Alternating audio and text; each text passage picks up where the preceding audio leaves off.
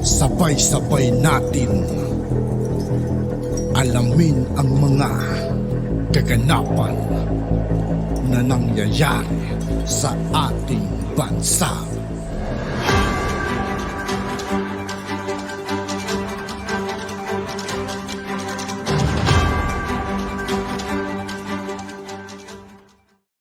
Yo, what's up mga kaibigan? This is Aituki po again.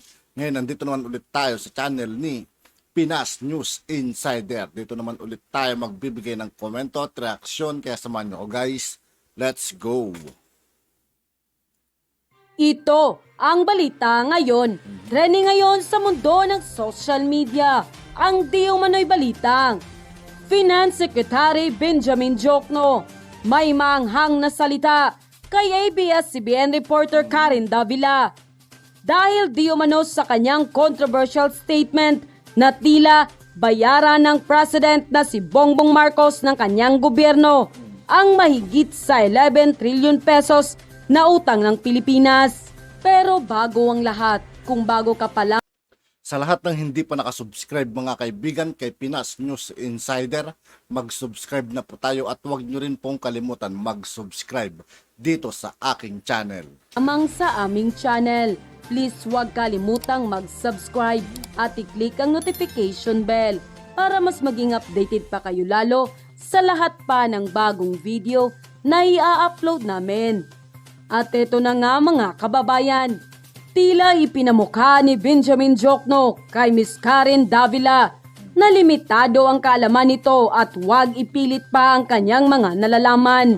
Sa loob nga raw ng mahigit na 30 taon, nakita mismo ni Benjamin Diokno ang kaibahan ng mga gobyerno at ang mga pangulong na mahalas sa Malacanang. Inihan tulad nito na mas mabuti si dating Pangulong Rodrigo Duterte at si Pangulong Bongbong Marcos na siyang parehas nakipagtulungan para hindi lamang bigyang lunas at bigyang kasagutan ang utang ng bansa, kundi mas bigyan pa ng maraming pangkabuhayan at oportunidad ang mas marami pang Pilipino. Tila wag raw ipilit mismo ng dilawang reporter na ang isa sa mga administrasyon ng Aquino ang siyang pinakamagaling.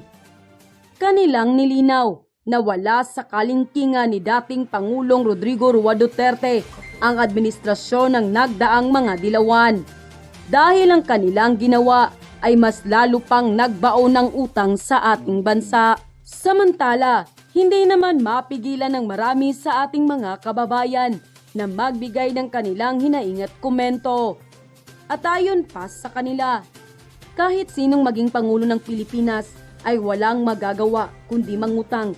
Kapag kasi walang loan ng gobyerno, mahihirapang tumakbo ang pamahalaan. Ang importante, pinapagulong yung perang inutang sa ikauunlad ng Pilipinas.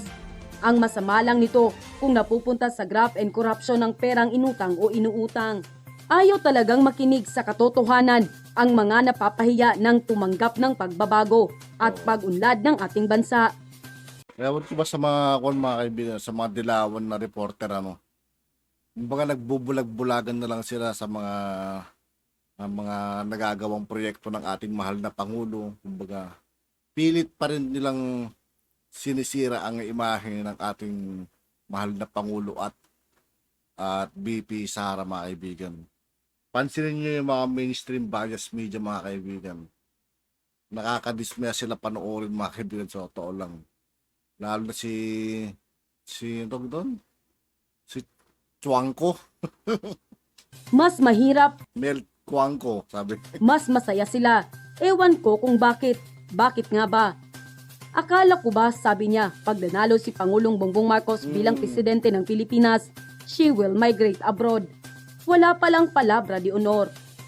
Ano Karen Davila, mula noon hanggang ngayon, puro ka kontra kay PBBM. Totoo. Feeling mo mas magaling ka pa sa presidente. Kung ako sa'yo, Subukan kaya nila tumakbo sa pagiging politiko tong mga to, Sa tingin kaya nila mananalo kaya sila, papakinggan kaya sila ng mga tao. Siguro may ang maniniwalang sa kanila yung mga kapwa nilang mga makadilawan mga kaibigan. Pero wala mga kaibigan, kahit anong gawin tong mga to, wala nang maniniwala sa mga to mga kaibigan. Lalo dilat na ho ang buong sambayan ng Pilipino, mga kaibigan. Makikiisa ka sa layunin ng ating administrasyon ngayon para makamit natin ang tagumpay. Lalo na ngayon na sobrang hirap na nga ng buhay. Puro naman kayo batikos. End quote. Sir, we have several questions from the Malacanang Press Corps. First one, Melanie Reyes of Radyo Pilipinas. Sir, good afternoon po. Ito pong inauguration ng Global Power Battery Energy Storage System, will this contribute to the overall target of the administration to achieve 35% of the renewable energy in the country by 2030? Well, it depends on where the source of energy comes from. The batteries do not produce energy. What it does, it stores energy. And if that energy comes from renewables, then we count it, we include it into the mix, the ratio that we calculate. So, but it is most suited for use by renewables simply because renewables are cyclical. And the demand, the load of for electricity does not follow the same cycle. So, kuminsan, yung pinakamataas ang demand, yun ang pinakamahina ang production. Halimbawa, pag solar, gabi na. Ang pinakamalakas natin, alas 6 ng gabi. So, wala ng araw. So, wala tayong makuhang energy. Ngayon, etong ganitong klaseng sistema, yung sobra, doon sa mga oras sa araw na hindi masyadong malaki ang demand, imbis na tinatapon na lang, ay lalagay natin sa baterya.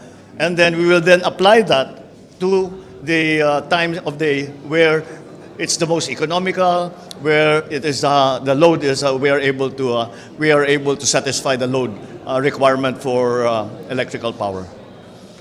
Thank you, sir. Ms. Harley Valbuena of DZME. Hello, good afternoon, Mr. President. Sir, bukod po doon sa mga naipamamahagi nating assistance ngayong araw doon po sa event kanina sa Limay Bataan, ano pa po yung karagdagang programa, ang plano ng administrasyon para po sa maliliit na negosyante at startups?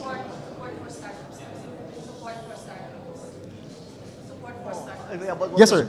Support for startups, sir. Yung small businesses and yung startups po, yung mga gusto po magnegosyo, sir.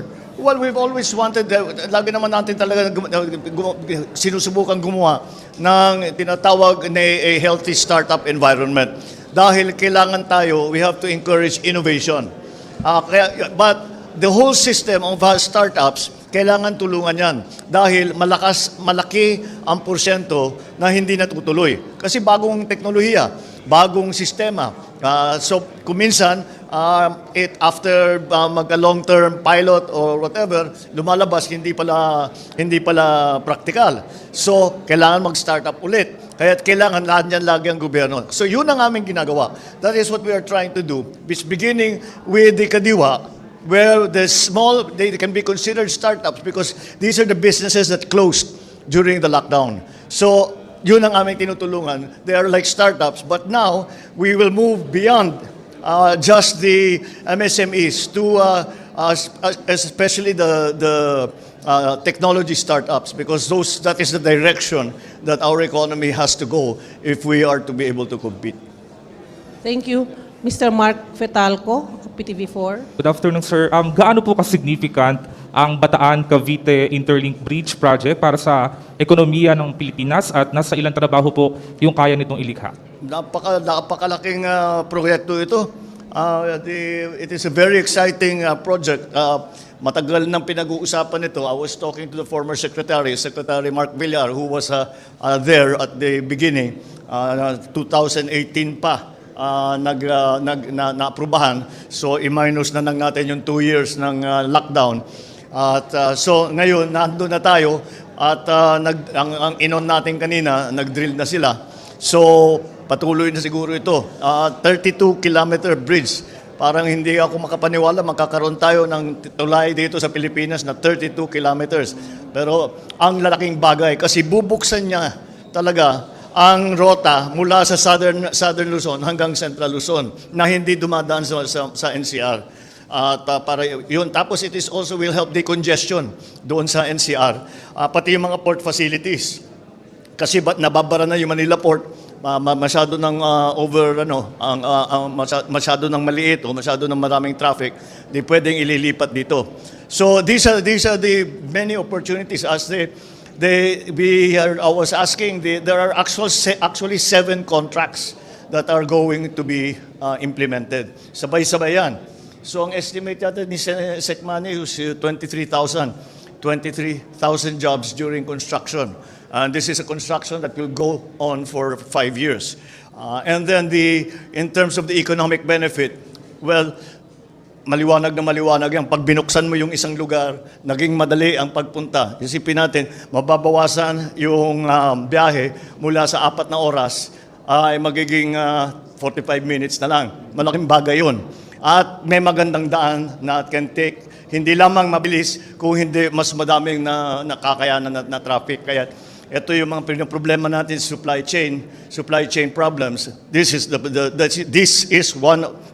the solution. The solution to the supply chain problems that we're facing now is connectivity. And when you talk about connectivity ngayon, hindi mo iniisip digital connectivity lang. Iniisip talaga natin yung kalsada, yung sea lanes, lahat ng paraan upang magbiyahe. And that is precisely what this very major infrastructure development is going to.